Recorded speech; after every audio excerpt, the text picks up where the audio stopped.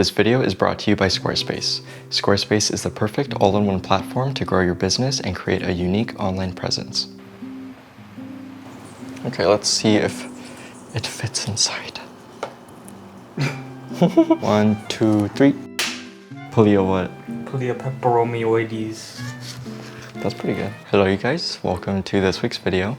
Today we're doing a relaxing day of plant care and we're doing a lot of fun different things. I'm going to mount a staghorn and show you guys how to do it because I feel like a lot of people ask and I just haven't had an opportunity to mount one and show you guys. So I'll go through the process and also do some care stuff. And then I'm gonna show Chris how to repot a plant. He's gonna start taking care of his one plant that he has, the pepperomioides that I've been taking care of for over a year, but he's finally gonna take on the challenge. And then I'm gonna show you guys how to drill a drainage hole into a pot. First, I wanted to show you guys some of the plants that I worked on in the previous plant care video. So first, we're gonna start off with this one. Wait, come here. So I laid most of them out on this table for you guys to see. This is my pinguicula dish bowl thing that I made. Doing very well. Growing a lot larger and the moss is growing. I've trimmed it a couple times too, so yeah. Very nice, very pretty. And then this is my Venus flytrap, the red one, and also growing very well. And then here's my Sarracenia. This is growing outside on my balcony, so it's not really like growing any live moss because I think the sun is too harsh on it. But it's finally come out of its dormancy, and this is a new leaf, and this is a new one that's coming out along with it. All I do for these is spray them with reverse osmosis water with my sprayer, and that's pretty much it. Whenever the moss gets like kind of pale colored, I'll spray it. So yeah, I'll just keep spraying it like this and make sure it gets a decent amount of water, and that's pretty much it. Look at all of the fungus gnats the pinguicula has captured. It's kind of gross, but also kind of cool. Another thing I wanted to show you guys was the passiflora vine that I repotted. So here it is. So now I have it vining up this area in my kitchen, and it started just being like this tall. I'll include some pictures, and I've been training it to climb up here.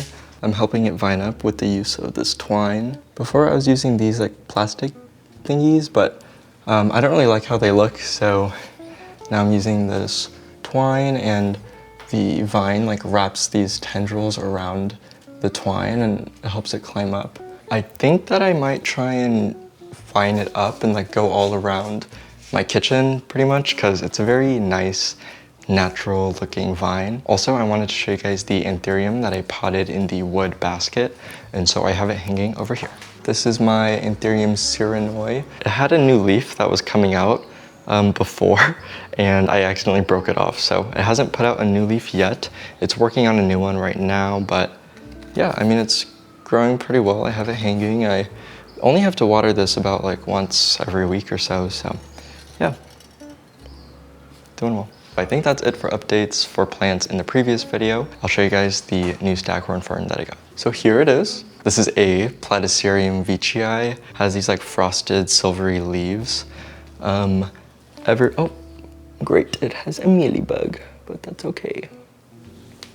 I'm gonna be mounting my platycerium on cork bark. I find that it's just easier to work with cork bark than it is with like a wood board or a wood plank, and I really like the natural look to it. Before I mount the staghorn, I want to talk about this week's sponsor, which is Squarespace. I've been using Squarespace for around 6 months now for my personal website, benjiplant.com. Right now, I mainly use my website as a hub that links directly to all of my other social media pages. With Squarespace, you can link your social media accounts directly to your website, making it easy for visitors to find you and grow your online presence. My next goal for my website is to take advantage of Squarespace's blogging features, so I'm working on this fun page called Meet the Plants. It's going to be kind of like how businesses have the Meet the Team page that has profiles of the employees in their company, except it's going to be about my houseplants in my collection. I'll include general care information and photos of each plant. Another thing I'm planning to work on is to host an online store on my website and perhaps sell plants or art prints or something like that. Whether you sell digital or physical products, Squarespace has the tools you need to start selling. Head to squarespace.com for a free trial, and when you're ready to launch, go to squarespace.com/benjiplant for 10% off your first purchase of a website or domain. Okay, now let's mount the staghorn fern. Right now it's potted in a pot with soil. I want to mount it using sphagnum moss, so I'm going to take it out. And I'm being careful to not touch these leaves because this species has like this white powdery silvery dust on it that are called trichomes that protect it from the sun and also I think help rain not stay on the leaves. Eek. Wow, it's a mess. So I accidentally made a mess. That's okay, I'll clean it up later.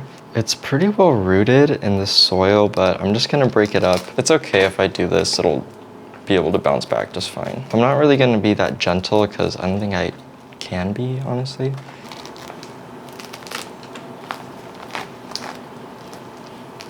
I'm just gonna leave some of the soil on because I tried to get it off, but it was really stuck on and I don't wanna remove too many of the roots, so this should be okay. So this is the cork bark that I'm using to mount the staghorn, and I'm using sphagnum moss as the substrate or the base. First, I'm doing this thing that I don't think is really like completely necessary, but it does help with the mounting process. It makes it a little bit easier and it makes it just look like cleaner. What I'm doing is putting screws in as like an anchor point for the string when I'm tying around the moss. So I'm just gonna screw these screws in, and it's pretty easy because cork bark is very like spongy.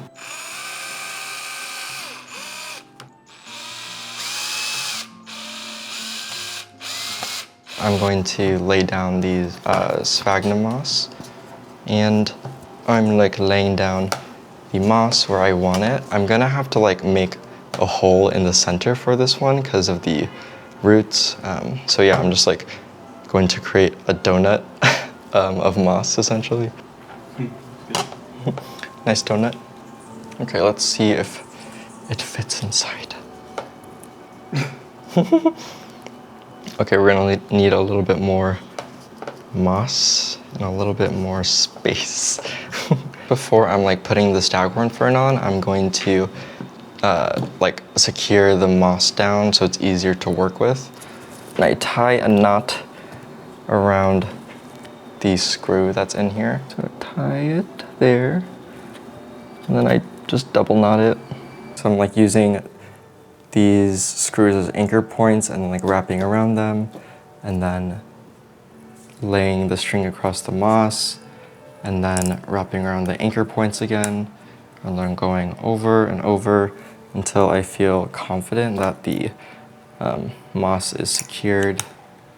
I'm gonna put the staghorn fern in and position it where it needs to be. Okay.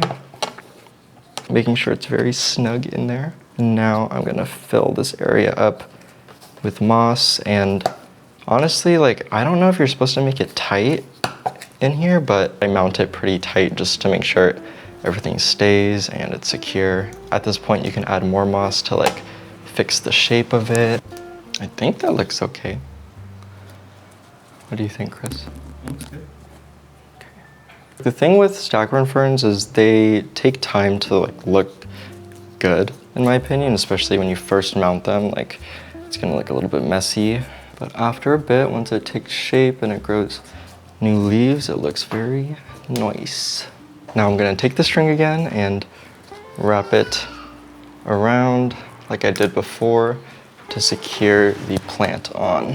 It's more difficult when the plant is actually on it, so that's why I initially secured the moss before I even put the plant on. What's also kind of interesting about platycerium is I feel like they're not super popular in the US on social media, but in Asia, in like Japan and Malaysia and Taiwan, platycerium are pretty popular. It's not that platycerium aren't popular in the US, I just think that they're mostly popular amongst older hobbyists that maybe are not really on social media as much or don't post on social media that much.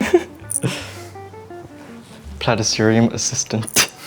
Chris is helping me right now and it makes it a lot easier. I think it's finally secure. The way that you tie it off is just going back around and finding one of those screws and then tying it on there. It is pretty much done, and I think it looks very nice. The next thing that I do is just for cosmetic reasons. I want to clean it up just make it look nicer. So I like trim off the flyaways, give it like a nicer shape. Make sure you don't accidentally cut off the string. And now the last thing is to create some type of hanging mechanism to mount your fern like on the wall or something. So I already created a hole using my drill, but you could just like stab the cork bark with the wire that I'm gonna be using, which I'll show you guys right now. This is bonsai wire, and it's actually kind of like sharp enough if you cut it to pierce through the wood, so you don't really need to use a drill for it. I created a hole like over here somewhere. And so what I'm doing is I stick it through and then I stick it through a little more.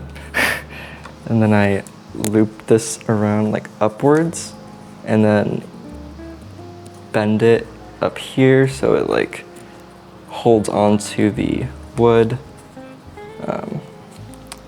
And then from the front you can see how it looks.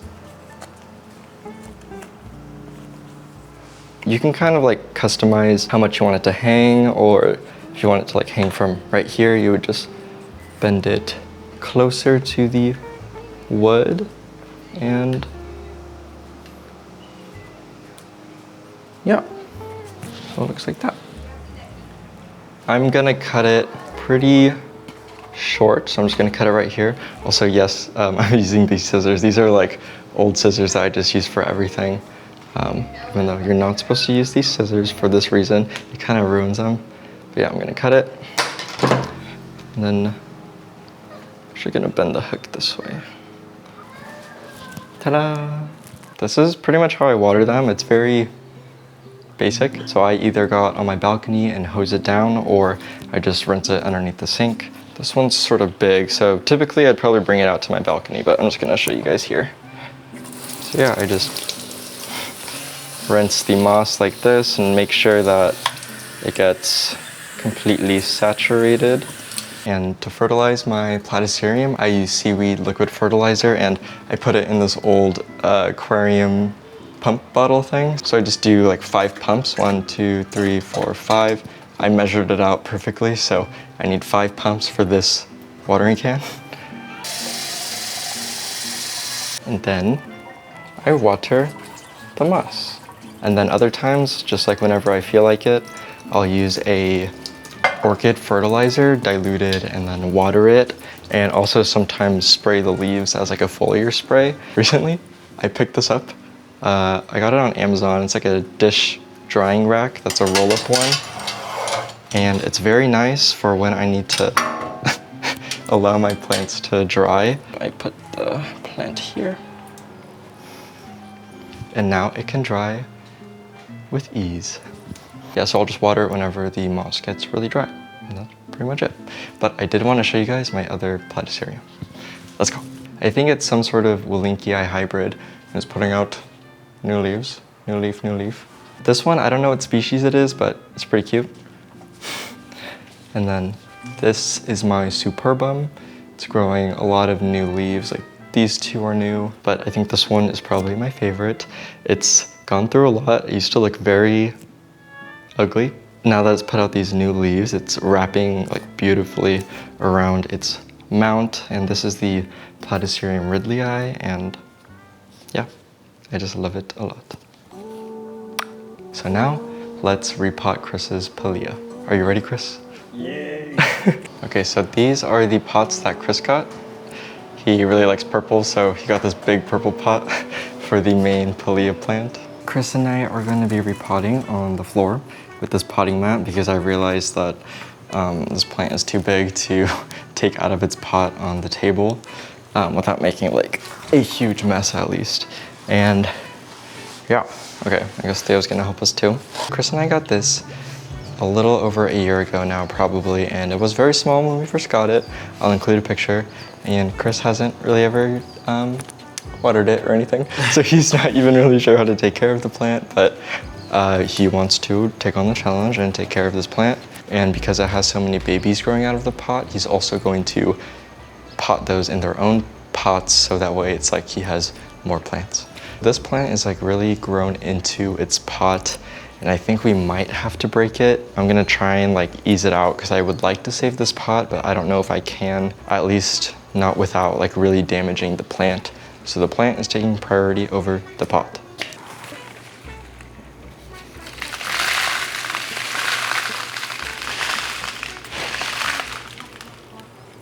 Nope, okay, yeah.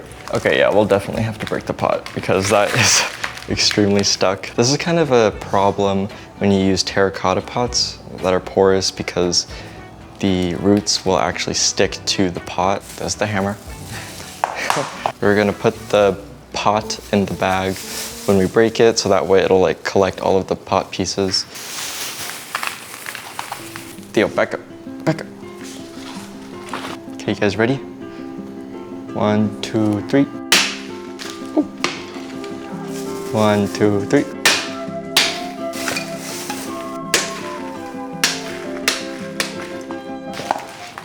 Okay.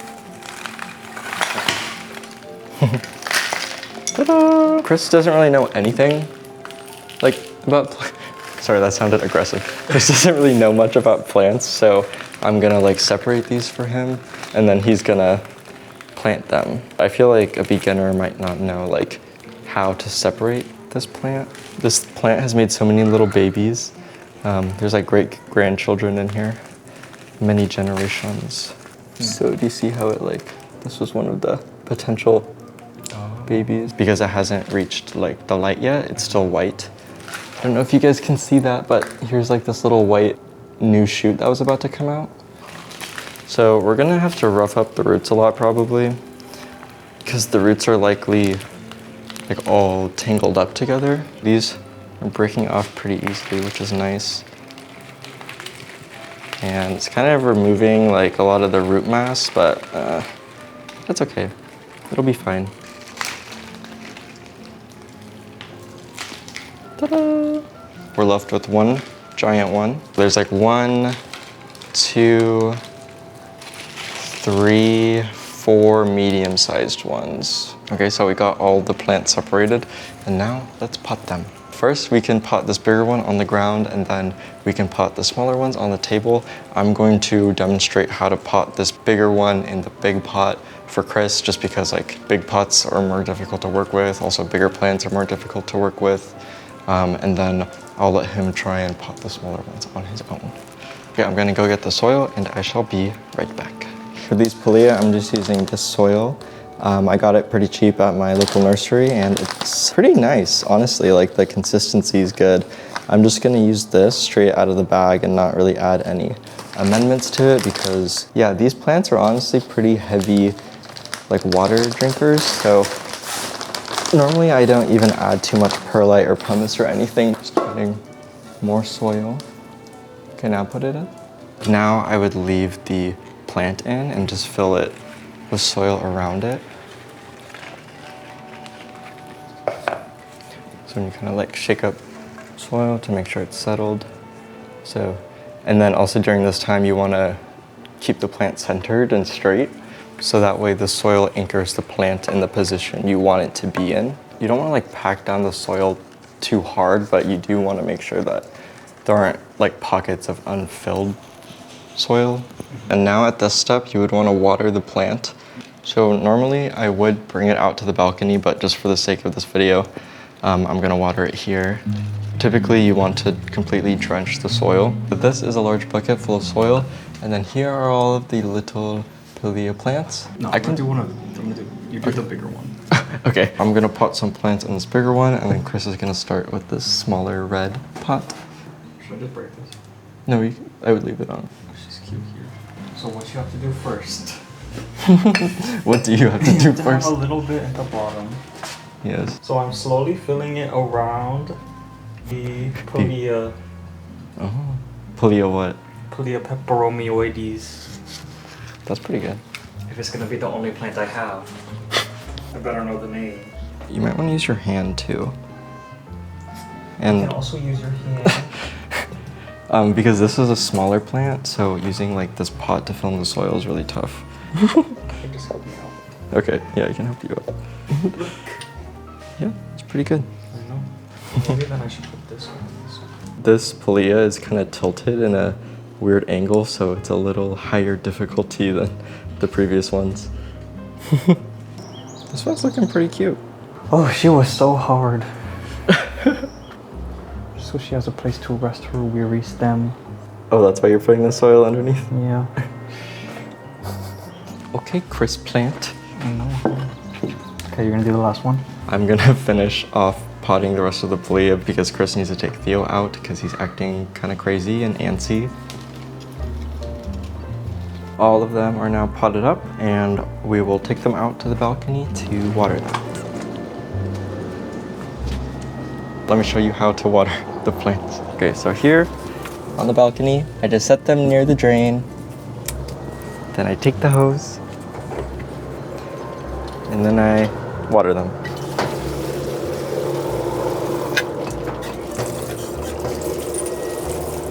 While we are out here, I guess I'll show you guys some of the balcony updates. I'm thinking of hanging some platycerium here. I might put up a shade cloth, that way they don't receive direct sun, but the veitchii is kind of okay with direct sun. I've rearranged some things, although I don't really remember what I rearranged exactly.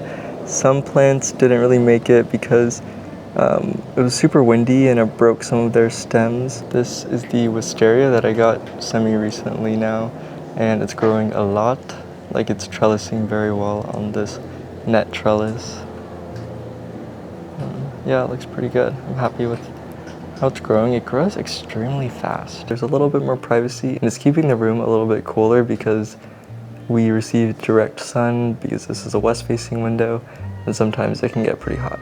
Okay, so this is my pond. I added this plant and then I added these dwarf water lettuce very recently, so they're a little bit beat up looking, but they're gonna bounce back probably. I added these in hopes of getting my rice fish to start spawning and making babies and laying eggs because they need some type of roots or something to like attach their eggs to. So yeah. I don't really do any water changes, honestly. Like, I don't do much maintenance to this pond and somehow it is very successful. Like, no algae, it's very clean. The water's always clear. Do not know what's going on, but it's working. I also ended up putting some of my aeroids out here. So this is Philodendron Jose Bueno, and that is a Philodendron variegated burl marks. Over here, this is my little pond.